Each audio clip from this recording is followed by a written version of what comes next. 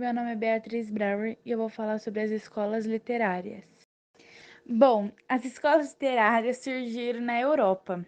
No Brasil, o processo foi um pouco mais devagar, um pouco mais lento. Surgiu durante o século XVI.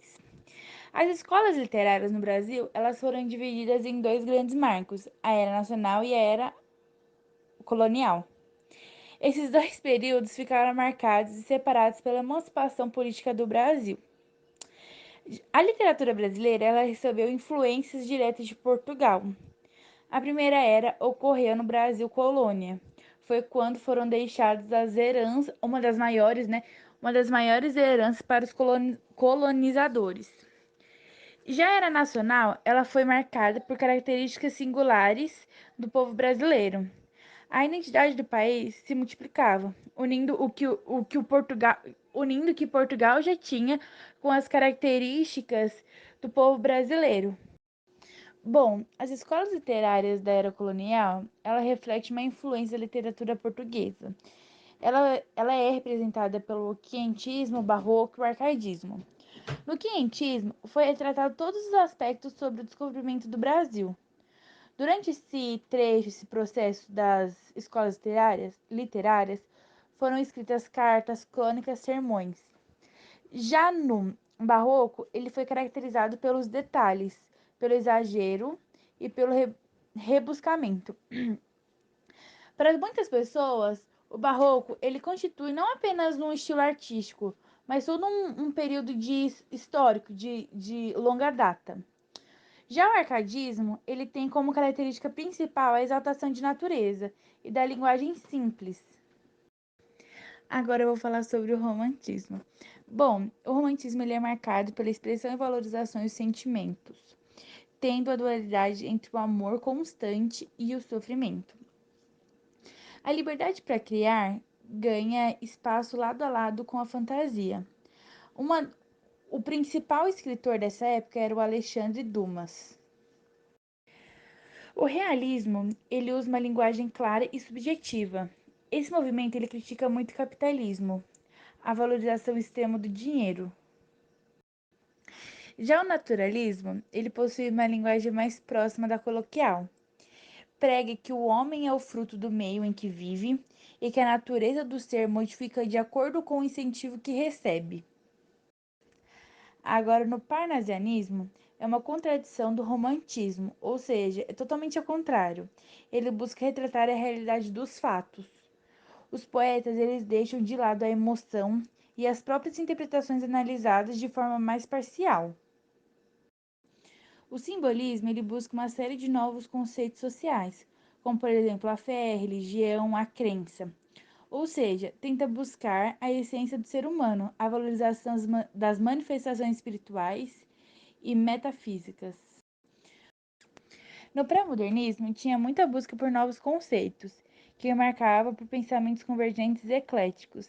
Dava para ver o esforço dos escritores e os artistas da época, em que eles tornavam mais modernos. Um dos maiores artistas do pré-modernismo foi Euclides da Cunha. O modernismo, ele foi o que se iniciou com o maior marco. O modernismo ele deu uma nova cara à linguagem, um novo perfil, uma outra coisa, com muita liberdade de criação sem apego ao passado. E os artistas que mais exploravam essa possibilidade de modernismo, que mais ia atrás, que mais se importava, foi o Carlos Drummond de Andrade e o João Cabral de Melo Neto. Bom, o pós-modernismo ele foi um movimento que impôs mudanças nas artes. Ele teve como consequência as alterações mundiais que ocorreram na Segunda Guerra Mundial. Então, o modernismo ele foi basicamente um movimento cultural de mudanças que expressavam os segmentos sociais. Houve modificações na arte, na filosofia, na sociologia e até mesmo na ciência. Sacudido pela Segunda Guerra Mundial, o mundo ele ansiava por grandes mudanças, ele ficava muito ansioso, enfim. E ele queria mudanças significativas. Portanto, o movimento modernista ele não podia responder por isso, por esses anseios sociais. Aí eles foram e criaram, eles dividiram os movimentos por fases bem distintas. A primeira fase pós-modernista, ela começou no final da Segunda Guerra Mundial. Nela, eles atuaram grandes nomes de artes em geral, assim, posto que foi uma das fases mais de inquietação intelectual. E já a segunda fase, pós-modernista, ele se inicia com grandes investimentos tecnológicos. Ou seja, isso é até os dias de hoje, todos os modernismos, que é a internet, tudo que vem se inventando novo, tudo que é novo tecnológico. E dos poetas uma das pessoas mais importantes nisso é a Adélia Prado.